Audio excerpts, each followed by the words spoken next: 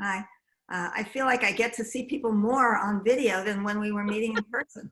It's true. This is one of the this is one of the perks. Well, this is the wave of the future. I've read that New York real estate is going to take a hit after COVID because large corporations like Citibank and Chase have realized that they don't need all those offices. They don't need to pay for all that real estate. Exactly. And allow people to work from home more. My kids in New York, the cousins in New York, are all saying now we will never have a snow day again. The snow days are gone. Forget it. The teacher's like, okay, everybody, there's no school. Just jump on Zoom. We all know how to do this. Oh, wow. Wow. Crazy. That's exciting, actually. Yeah, you don't know the downside of the snow days is that the school year extends into the summer. Oh, I know. You know, I remember have that. a certain number of days and they make up for it. So, okay. Yeah. But anyway, for today, yes, Mania's right. I've stopped having a specific agenda for the most part, and realized it probably makes more sense for me to answer questions and things like that. But I do have a thought in my mind and a general direction. And it has to do with attachment theory.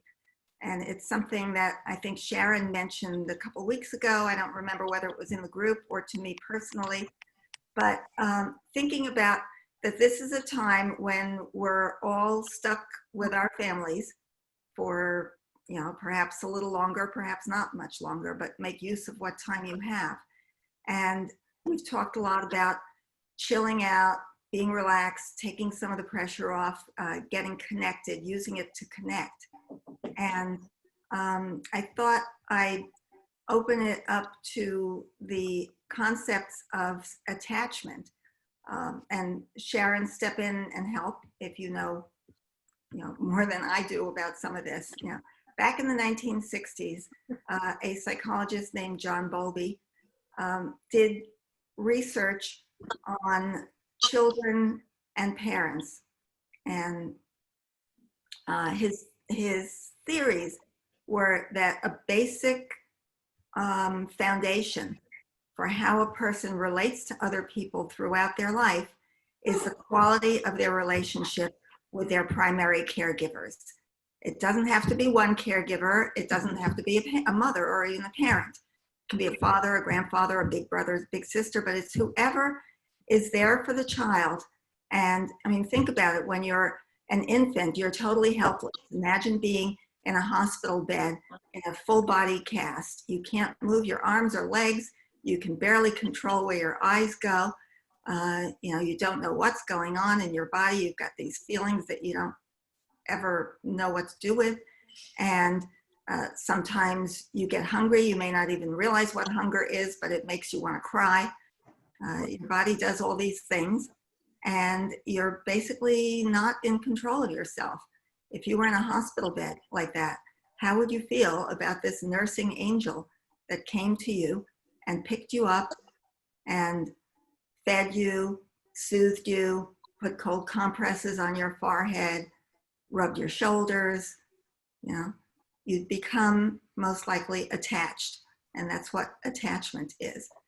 And in the ideal case, an infant develops a secure attachment with a mature adult or young adult, somebody who's capable of giving, because at the beginning of an infant is pretty helpless, and and who would take this job 24/7, feeding, diapering, waking up in the middle of the night, and there's nothing in it for you other than the promise that someday they will grow up and the sense of satisfaction that's built in to the caregiver. So on the adult end, the caregivers, most adults are built with a desire to nurture. A lot of people have stuffed that down, but it's one of the basic traits that God has given human beings. It's hardwired in us that when you hear a baby cry, something happens. We're designed that way.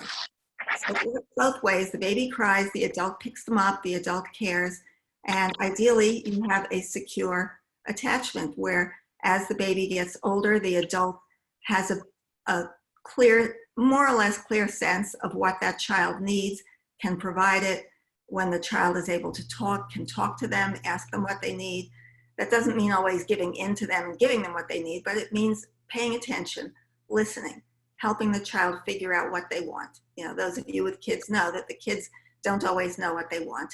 And it requires an adult, a calm adult, to help them figure out what's going on. So that's the ideal case, that a child grows up like that and gradually learns how to manage themselves, how to manage their own emotions, how to stay reasonable, rational, not lose control, not fly off the handle when little things go wrong in their lives. And they become a mature adult who's able to do the same with their own children. How often does that happen? There's a lot of leeway in that, actually. There's been, I mean, this theory has held up more than most psychological theories. It has held up over, what is it now? Over 60 years and longer, and been researched and studied and tested all around the world. And worldwide, there are ways to test whether children are securely attached, or the opposite would be a version of insecure attachment. Worldwide, somewhere between 60 and 80% of children are securely attached based on the assessments that have been done. That sound right to you? You're thinking. Okay, yeah. Depending on the country, some countries more, some cultures more, some cultures less, but more or less. So it means there's a lot of leeway. You don't have to be the perfect parent, as long as you try to be there, and someone in your, and it doesn't have to be only one parent. In fact, if there are more than one nurturing adults in the family, that's even better. So for the most part, thank God, humanity looks like it will move forward with securely attached adults, at least the majority of them. But what happens when that really goes wrong? I don't mean an occasional bad day. I mean, a parent can have an occasional bad day, you know, can have stressors, things like that. But what happens when it's a parent who really doesn't know how to be there for the child? A parent who's narcissistic, a parent who is preoccupied, a parent who's going through their own traumas, a parent who's going through divorce, a parent who's lost their job, a parent who has been hurt in some way, a parent's in an accident, the child doesn't have that parent anymore. Things like that happen. So there are versions of insecure attachment that basically fall into a couple of categories. There is anxious insecure, and that would be a person who does not have that solid sense of security and is, as it says, anxious, and is sort of constantly in their life looking for reassurance, looking for someone to pat them on the back and tell them that they're valuable, that they're okay, that they're doing a good job.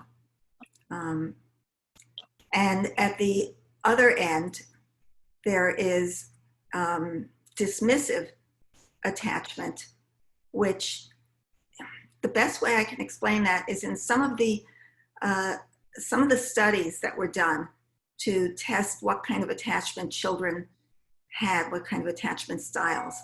They would bring the mother and child into a study room, a toy room that had toys and that had a one-way mirror, and the examiners would watch.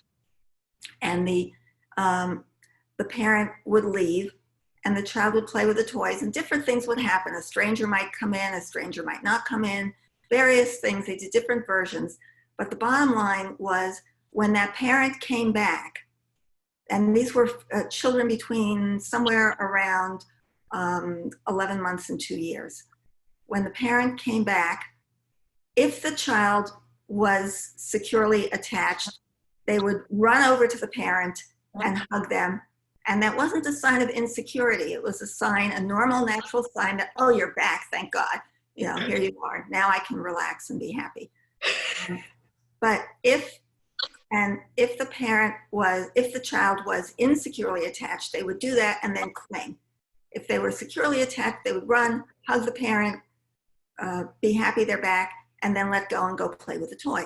and go explore. Because one of the good things about secure attachment is that it frees the child up to put their attention on the real world, on what's going on in their world, and growing up and learning and maturing. So if a child is insecurely attached, they'll run over to the parent who comes back, hug them, grab them, and not let go, not want to go back to playing with the toys. They're so preoccupied with being attached to that parent that they really don't have the mental energy to go explore anymore. So that's one kind of insecure attachment. The other version is the parent comes back, and you ever see a kid who looks up from their toys, and don't take this personally if your kids do this occasionally. All children do this occasionally, okay? But looks up from their toys, and we're talking about like a 2-year-old, not a 12-year-old. Looks up from their toys and then sort of goes right back to playing as if, oh, you're back? Who needs you? Yeah. That is a version of insecure attachment called dismissive, in which the child has learned that the parent really isn't tuned in to what's going on with the child. The parent isn't really going to understand that child. And the child is tired of putting themselves out emotionally and trying to connect and getting rejected. So, you know. Tuesday class at Thursday. Was that for us? Oh, okay. So the child is, if you've heard the Simon and Garfunkel song, I Am a Rock, I am an island. I don't need anybody. I don't need anything. I'm good. I'm good. Yeah. So carry that into adulthood. There's one more category, but I'll go into that later. Carry that into adulthood. You will come across adults who are securely attached, who are able to nurture, be nurtured, have an equal relationship, be giving and taking, and mature, and be attachment-focused parents. I guess that's all of what I'm saying, is to encourage people to become attachment-focused parents during this time when you're home with your kids anyway. You might as well use this to repair any attachment damages, which we all do. Nobody's perfect. I love this. First of all, this knowledge is so great because it's so nice. There may be parts of, let's say, parenting or the journey in life that are intuitive to some of us, but some of it's not. Or some of it, you know, something's working for one kid, but it's not working for the other kid. That's the beauty of having more than one, right? So, I have a few questions because I've been writing notes as per usual. And so I'm looking at it from different perspectives here. So I guess I would love to hear anyone else's questions. Like, by all means, if anyone else has any questions or things that jump out at them, like, this is not just a session for me, this is for everyone, right? But there are a few things I have in mind. And I love the fact that you mentioned about being the perfect parent, because there is no such thing, right? And perfect attachment, there is no such thing. There's always going to be those ups and downs, and we have to be realistic about it. And we also have to be realistic. I love how you also connected, like, chill and connect, meaning don't have this intensity. Don't have this intensity to like, oh my gosh, now's this time I must deal with attachment. Like, this is instead of like chill, recognize that this is an opportunity for connection. And that's also super, like, those are points that like jumped out at me. But my question with you is, we discussed, let's say, either repairing or strengthening. Let's say we're not even repairing, but there's always something to repair, right? We've all at some point at the parenting journey, or even in our own journey as being a child, having been parented, right? There's all going to be those little bumps of those moments. I'm going to, like, not challenge you, but question with regard to, let's say, trying to work on repairing that. And I see you just wrote attachment focus, just focus on the idea of attachment. Is that what you're saying? I'm responding to Sharon, who said she has to help Robin get set up. Oh, okay. Okay. I thought you were saying, like, just the fact that we're having this conversation, we're ready ahead of the game, which would be great. No, so my overall, yes. right? Awareness is already great. Even if we're aware of the fact that we have a lot of work to do, that's also great. So I guess my question is with regard to different people need different things from their attachment or for themselves to feel attached or connected, because we respond and feel loved or feel validated or feel understood different ways. And I remember, and again, Susanna, like jump in at any point, but I'm sure you could relate that you could do one thing for one child and they'll see that as like, that's their way of connecting and feeling loved. And the other child, that's like uncomfortable, right? So for one kid, they just want to like be in your space and cuddle and hug with you. And another kid, that's not my style. That actually will make me feel more constricted or uncomfortable. I need my space. Or even if see different kids, maybe a child at one stage is very, very much like needs that kind of attachment, but as they grow and they evolve. Yeah, definitely changes with age. Age, hormones, stage in life, everything, right? That's why I'm sorry.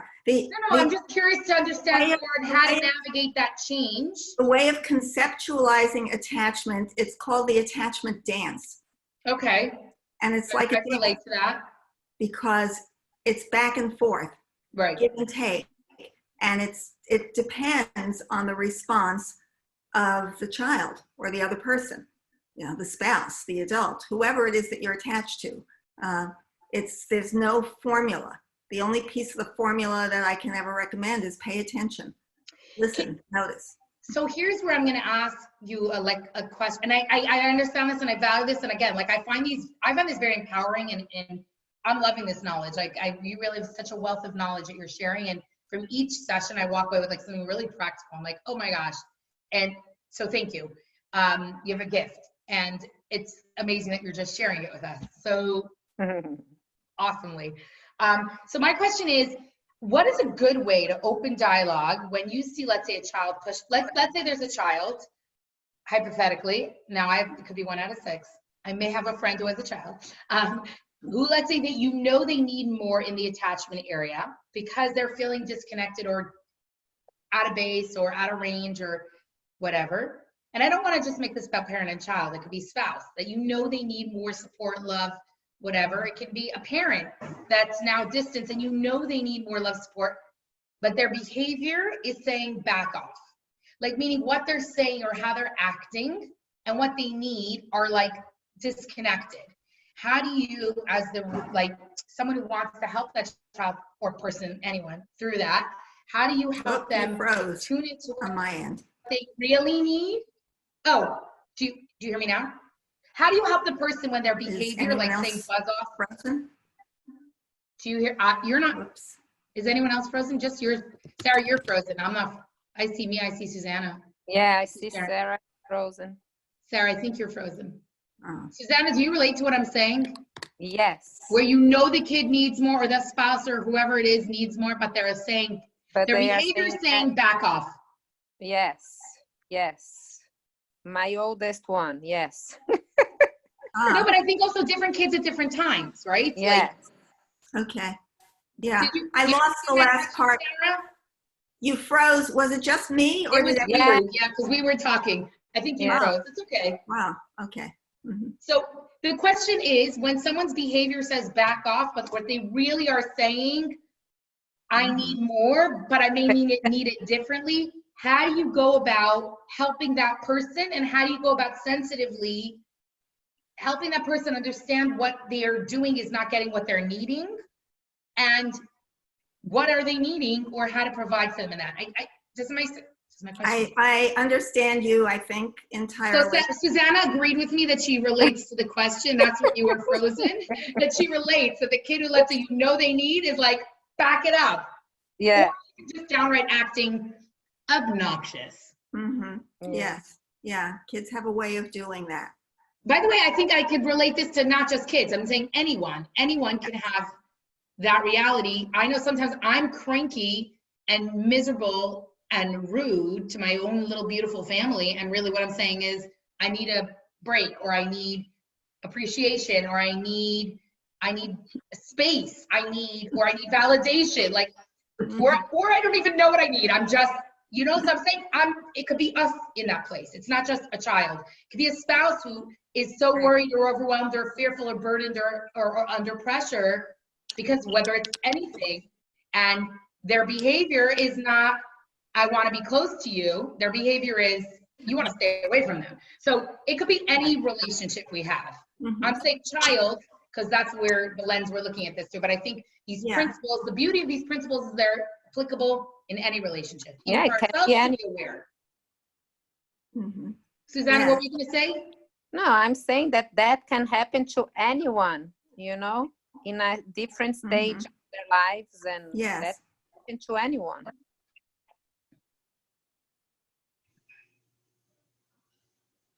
So Sarah, we just put a giant Mhm. problem on your plate. Okay. Now help us solve it.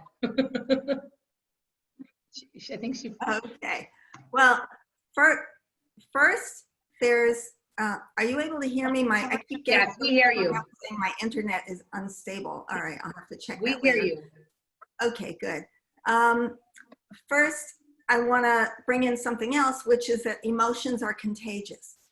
And so if someone in your household is being, what's the right word for how, irritable, okay? Being cranky, being pushing away, or whatever it is that they're doing that is not, connecting. The first thing is to become aware and realize that the natural course of events is that it's going to irritate you. Don't get sucked into it. Okay. Can you hear me? Because mine is frozen on my screen. Okay. Yes. All right. I'm not frozen. If there's something going on here, I'll just blank my screen so we can focus on your face. All right. So that's not So I'm me. here. You see this? I just clicked stop video, but I'm still here. Oh, okay. All right. I'm listening. I'm writing notes. That's fine. Yeah. Okay. So first thing is to stop and check in with yourself, with your body, and with how how is this making me feel? Because it's not going to help for you to get sucked in to their contagion and their negativity. So this is the time for you to use all your calm down skills and all of your mindfulness skills, all the skills you have to stay at peace inside yourself, not get sucked in, and to be able to stand aside from yourself and look at the person, child, adult, whoever, with what's the word? Dispassion, without your own emotional triggers, to not be triggered by it. Okay, that you just gave us like two massive life work things. Yeah. And my husband was just telling me, he's like, when the teenagers are acting up, it's not about you. And I know it theoretically. He's like, this has nothing to do with you. Depersonalize. And I think that's in theory great. Like you said, don't get sucked in, as if that's like, sure, like just, don't. But like, that's not easy. No, it's not. If it were easy, we'd all do it and we wouldn't have this conversation. I guess in Hasidus, we call this avoda, right? We call this a person has to be someone who someone who's working on themselves. And this is it. Yeah. Yeah, Sharon, you were going to say something? Yeah, I sometimes I get angry even thinking about it, because it just seems like it's a daunting job to be a parent. But I remember so many times telling myself, right now, Madison is throwing a hissy fit. She can't control herself, so I am her self-regulation. And so sometimes I don't like to say that to myself, because it just seems so, it's just like I can't do that right now. I just want to be the ostrich that puts my head in the sand and not poke it up for a long time. But I do remind myself is that my modeling, how I take stress, how I react to people not being kind to me, these sorts of things. It's not, it is monkey see, monkey do. I mean, my children are going to somehow, copy what I teach them. I am not, at some point they are responsible for their own actions. I'm not saying that, but I need to show them how to self-regulate, me and the whole village, of course, but at the end of the day, it's me and my husband.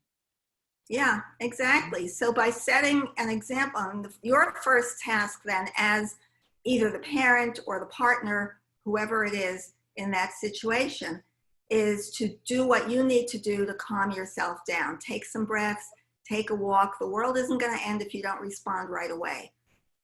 You need to first be able to do what you need to do to be able to think clearly and calmly. Assuming you can in some way do that, listen to music.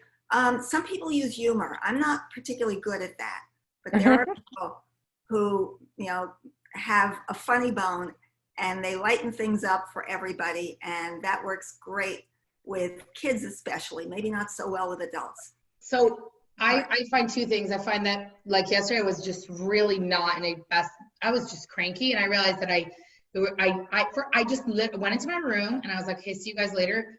And I realized, number one, I had not exercised at all, and I was like, okay, I'm trying to at least do a little bit each day. And the second thing is I was exhausted. So I just laid down for 20 minutes and I woke up, I was like, okay, I'm in a better space. But so I also realized that sometimes I just need to walk away from the situation. Yes. And that's taken me a long time to learn, like I always say my kids raised me. Like, my kids raised me and taught me the most about myself and about life, truly, in a very deep and meaningful way, and in a very exhausting way. But I realize that sometimes it's me. Like, it's not everyone else and everything else. Sometimes I'm the one who just needs to be on my own. I need a time out. Mm-hmm. Yes. I thought it may help to have a little index card and write down something that you want to use at a time like that. Something like, and I mean, these are my words, but use whatever your words. I love you, but I can't help you this minute. I'm not in a good place either. So I'll be back when I'm feeling better. I love you. It's okay. I love you. But to really, what you don't want to have happen. Go ahead. Sarah, that goes back to what we talked several weeks about, that practicing before things happen. Mm-hmm. Yes. Yeah. So the first thing is to just be aware that you're getting triggered. That's normal. Everybody gets triggered by someone who's emotionally distraught, and to do what you need to do to stay calm. Once you've done that, or as part of that, what you can do is whatever works for you, whatever your meditation type thing is, to connect with that person. And presumably it's somebody who you know well and care about a lot, because it's an attachment figure, someone who's attached to you and you're attached to them. They matter to you a lot. So you know them pretty well. And if you're not, busy being all wound up in your own stuff, then you can probably get some sense of what's going on for them. And when you're calmer, you can go back and ask them in a way that, once you have a sense of what's going on, I mean, if you know them and you know that they get like this when so-and-so or such and such happens, or I have at least one grandchild who needs protein. When they don't have the right kinds of food, they're off the wall. And sometimes you have to stop and remember that. So there are different things. And I noticed my sister's husband, the term hangry, it's like real for him.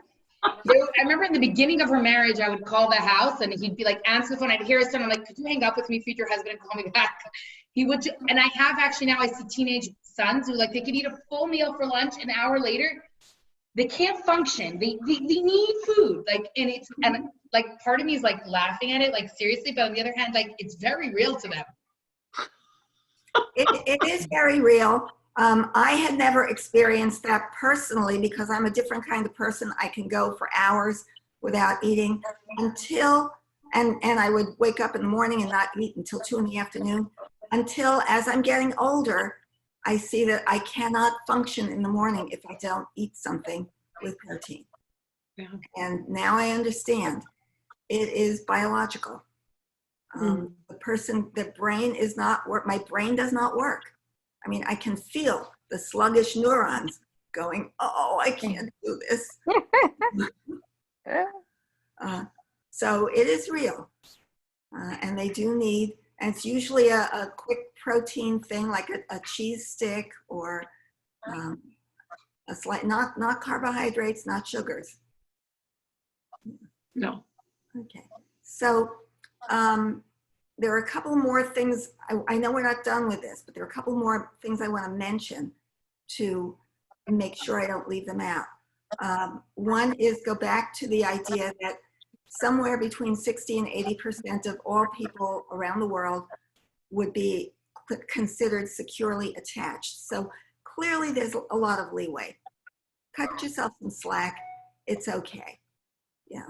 And as if you're dealing with children as they grow up, if you're dealing with an adult as the relationship matures, you're in better position to be able to talk about these things when they're not in the middle of happening, and to talk about what do you need at a time like this? What can I do? What can I give you? How can I help you? You know, certainly for adults, you can talk about that. And with children, the sooner you teach your children to think about those things afterwards and think about what can be done. And it works both ways. You know, what's it like for you when mommy has lost her cool and I have no patience? You know, is there something we can help you do so that I can calm down quicker and be there for you? That sort of thing. The perfect storm tends to happen when a child is going through puberty and the parent is going through menopause. I don't want to spend a lot of time. That sounds unfair. An unfair combination. Yeah. Yeah. So if you Way haven't too many hormones in the situation. Yeah, so if you haven't gotten there yet, the more you can do to develop a language of talking to each other about being stressed and not being able to be the person you want to be with the other person, and how to help each other through that. The more tools you'll have, but you're not going to get through it without scratches. You know, it's you can't get through that with unscathed. Okay. The other thing I wanted to mention, which I left out, is when I described the types of attachment: secure attachment and two versions of insecure attachment, the clingy, anxious version and the dismissive, you know, who needs you version. There is another type of, statistically, I don't remember the exact statistics for those. It's somewhere between 10 and 15% of the population would be considered having each of those types of insecure attachment. And tell me, Sharon, if that sounds right. But that does leave a way for, yeah, it's variable because the research has been done over many years, many countries, and it's an inexact science. But there's another category, and I mention it, well, not because I think it applies to anybody here, but because I think you need to know that there is a worst case alternative and you are not it. The worst case alternative is children growing up in households where there is an abusive situation and where the parent will one moment be loving and nurturing and the next moment be neglectful and not there. And the child doesn't know whether to come or go. In terms of what's called that strange situation test of the child and parent going into the room and the parent leaving, the child playing with toys and all that. When the parent in those situations comes back, what you see typically is the child freezes. The child cannot figure out. They either run around the room like crazy or they freeze. They can't figure out, do I go hug this parent or do I run away from them? You know, who is this parent today? Are they the loving parent, nurturing parent, or are they abusive parent? Are they the neglectful parent? And it's a small proportion of people growing up with that. They are the people with extreme difficulties. But I want to mention it so that you realize that as bad as you think you are being at any particular day, you are not one of those parents. Everybody here in this group, I know you enough to know, you're not doing that. Whatever you're doing is just normal human errors, and most people and children get by and do well. The other thing I want to mention is that there is research has over the years gone into adulthood. I mean, it first started with these children and the strange situation of children it's called The Strange Situation of children in this playroom and how they react when the parent comes back. Over the years, there've been questionnaires and studies of adults to see what happens to children of different classifications as they get older and what proportion of adults are secure and insecure. Overall, the research has found that these things tend to last into adulthood. The attachment category that suited you when you were young tends to last, with some exceptions. Certainly, if you've had a secure beginning and something horrible happens, like a war or major trauma, then you become more vulnerable. Although if you've had a secure attachment, there's a better chance that you're going to get through a trauma without it totally derailing you and with having some ability to put your life back together. But there are children who are insecurely attached who are able to repair that. It's called attachment repair. And it's what I do as my profession. I didn't believe it was possible to repair insecure attachment. I wouldn't bother doing this kind of work because it would be very depressing. But there is a category called earned secure. I'll look at it.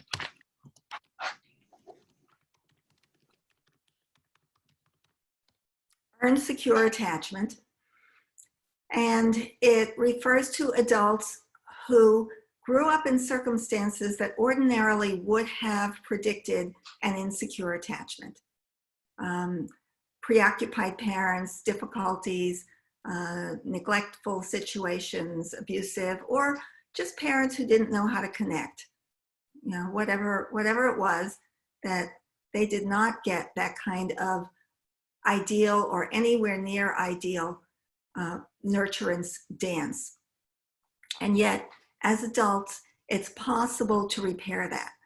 And the assessments, the research has found that there's a category called earned secure, which accounts for that. People who have really done a lot of work on themselves and really worked to calm themselves down, not get triggered by things, not become unable to think clearly when they get hit with things that bring up their attachment insecurities, and instead find ways to be there for their spouses, their children, their friends, their community, and find ways to be responsive adults and stop that cycle. It can be done.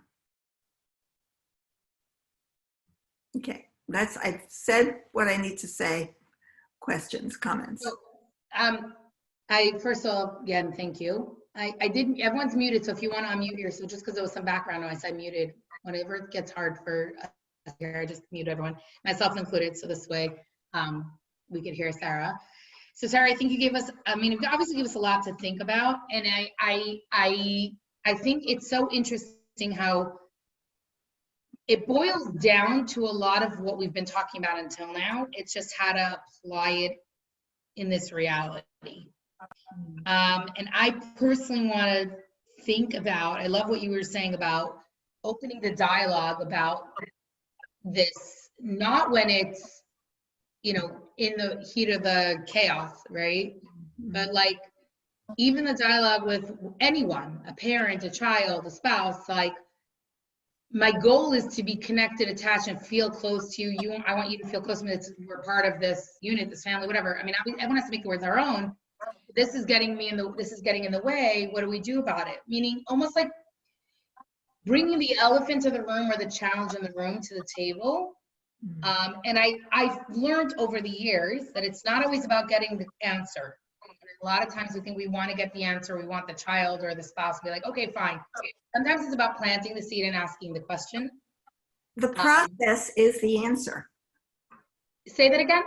The process is the answer, Meaning, meaning that there's no fixed answer. It's going to change in a day and a week. okay, It's learning how to interact and get to know yourself and the other person and stay connected.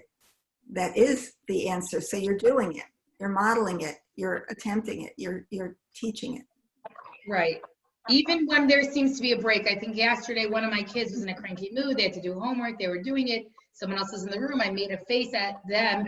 I actually, my face was showing like, see, she's doing it. Like I was happy. And then later she came to crying, like really hurt my feelings and did it. And I actually explained what I was doing. And first of all, I said, I thanked her for actually coming to me. I'm so glad you're coming to me with Yeah, that's huge.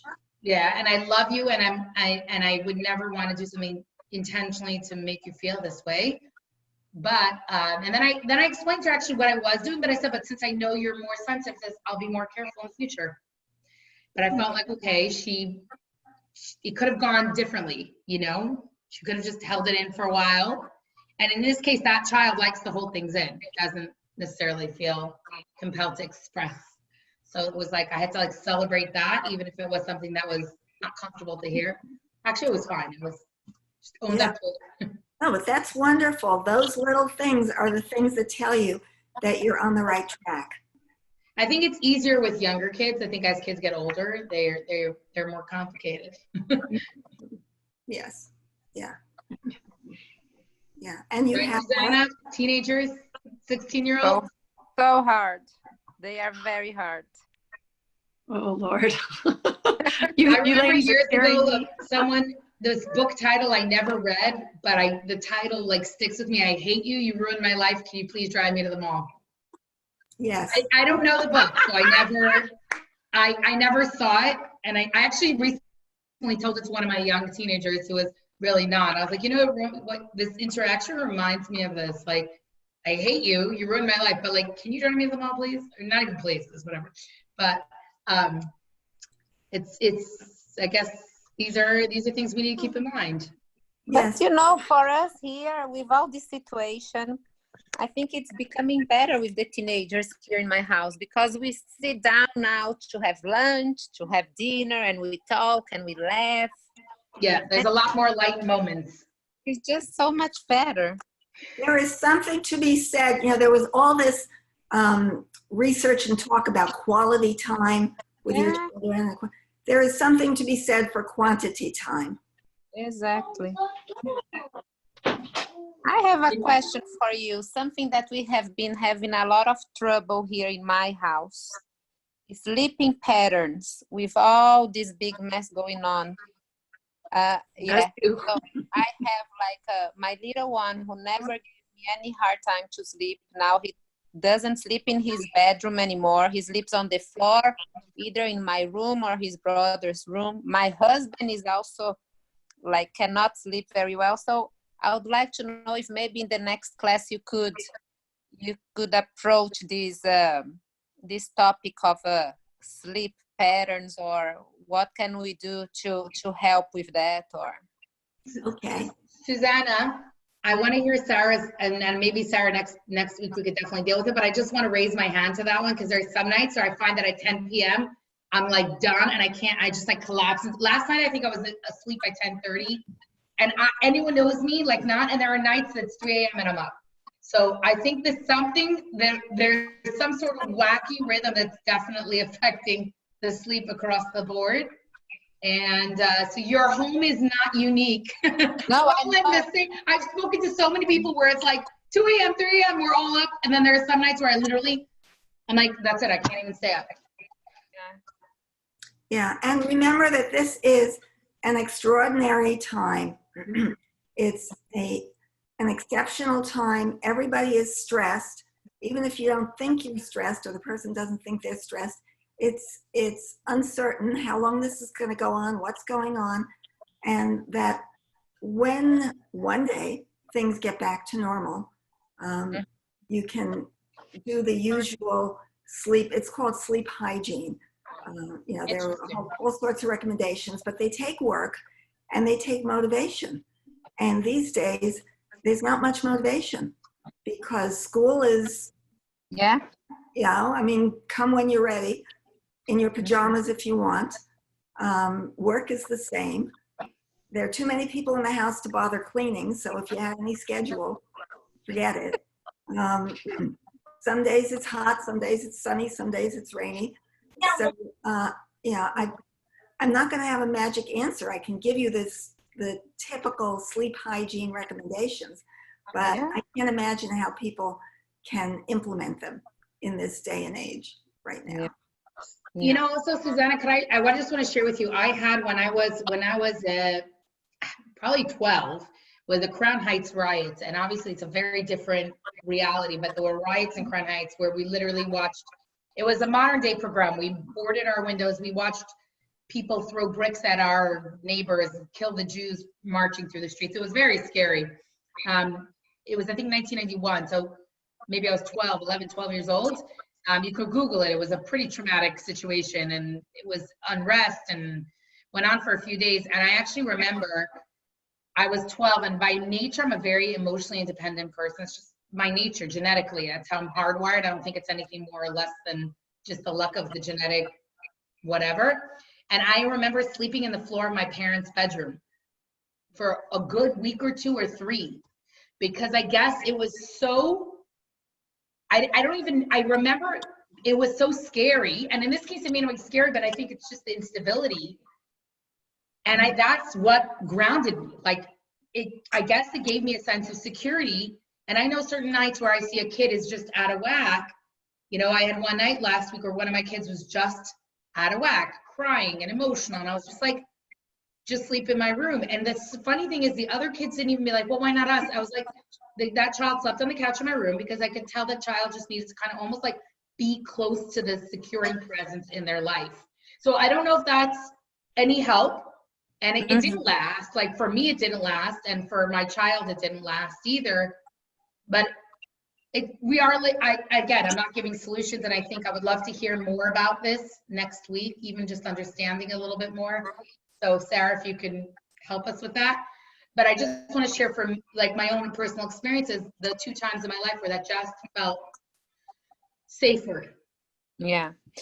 For him, he says that it started that he was taking this class in 7th grade, and they were, it's called Juvenile Justice, and they were watching these forensic files, you know, and he got super scared. So that started before COVID-19 came.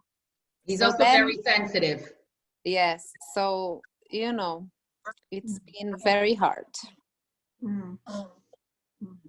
But I think at least he sleeps the number of hours that he needs, you know, even though he's sleeping on the floor, he is sleeping. But he cannot fall asleep alone in his bedroom. He's 13. Okay, yeah, we can talk more with some ideas. Yeah. Thank you, Sarah. Okay. And Susanna, your question is so good. Yeah, I know that it's happening in a lot of different households right now. I'm pretty sure that all of this situation is not helping, right, Sharon? Susanna, there are nights that I'm falling to sleep before the kids. There are nights I'm falling asleep before the kids because the kids are just wired or not. And I'm like, good night. And they're like 1:30 a.m. listening to story tapes in their room relaxing. And you know what? Whatever. It's a crazy time. But that's what, sorry, lady. Maddie just walked in. Hi, Maddie. Hi, Maddie. Yeah. Just want to say a secure attachment or working towards secure attachment. She just helps.